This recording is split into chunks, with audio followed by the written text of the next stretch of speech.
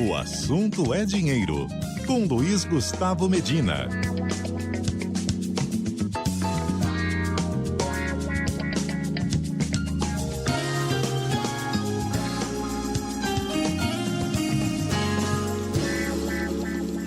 Boa tarde, Teco. Tudo bem? Oi, Cássia. Boa tarde Nadédia, boa tarde aos ouvintes. Tudo bem, e vocês? Tudo certo. Boa tarde, Teco. Nós recebemos aqui a pergunta de um ouvinte que é bem interessante. É a seguinte: com as condições atuais da economia brasileira, qual seria a Selic mínima que nós poderíamos ter? Essa é uma boa pergunta, né? Não é fácil a resposta, mas a pergunta é boa. Eu acho, Cássia, que a gente conversou aqui várias vezes, eu acho que a gente poderia ter, evidentemente, uma Selic mais baixa do que a gente tem hoje. A Selic está realmente muito mais alta do que a gente merece, e a razão é porque o Banco Central estava desconfortável com a inflação, com o tamanho de gastos do governo, com a economia muito forte, então ele acabou colocando a Selic, na minha opinião, um pouco acima do que precisaria. A gente vai terminar esse ano com a Selic provavelmente entre 12 e 12,5 por uma inflação de 4, né? Então, ainda será uma Selic muito alta.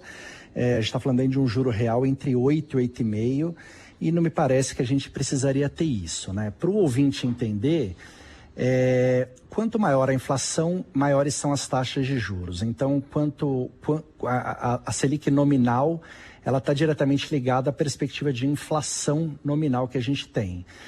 E a taxa de juro real, né, que é a diferença entre a Selic e a inflação, depende de várias coisas, mas entre elas o tamanho da nossa dívida. Então, no final, as coisas todas elas se conversam, né? Quando você tem um governo que gasta o dinheiro, seja lá com o que for, pode ser construindo ponte, pode ser aumentando o salário mínimo, quando o governo gasta, ele injeta dinheiro na economia, né? Então, se ele aquece a economia, normalmente ele pressiona a inflação em algum momento e isso acaba fazendo com que os juros sejam altos. Se a gente não tem esse dinheiro, que tem sido o caso do Brasil, isso aumenta a dívida. Então, na verdade, para a gente ter uma Selic mais baixa, a gente precisaria, primeiro, que o governo, em algum momento, freasse um pouco os gastos, né? E depois, se ele conseguisse deixar claro que, para o tamanho da dívida que a gente tem hoje, o cenário é pelo menos de estabilidade, quer dizer, ela vai parar de crescer, todo mundo cobraria juros mais baixos reais da gente. Então, é uma lição de casa que a gente precisa fazer. A gente já fez isso várias vezes, fez isso no governo Fernando Henrique, fez isso no governo Lula I, fez isso no governo Temer. A gente já cansou de fazer isso. É uma decisão mais de governo, que é decidir se gasta primeiro ou se gasta depois, né? Quando você gasta primeiro, normalmente tem inflação mais alta, juro mais alto, dívida mais alto. Quando você gasta depois, é tudo o inverso. Então essa é uma escolha que a gente vai ser feita pelo novo presidente, seja lá quem ele for, para os próximos 4 anos.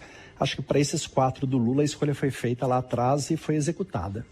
Tá certo, vamos continuar acompanhando, né, para saber aí a partir das reuniões quais são as próximas decisões do Copom. Teco Medina, muito obrigada pela conversa de hoje. Até amanhã. Até amanhã, tchau, tchau.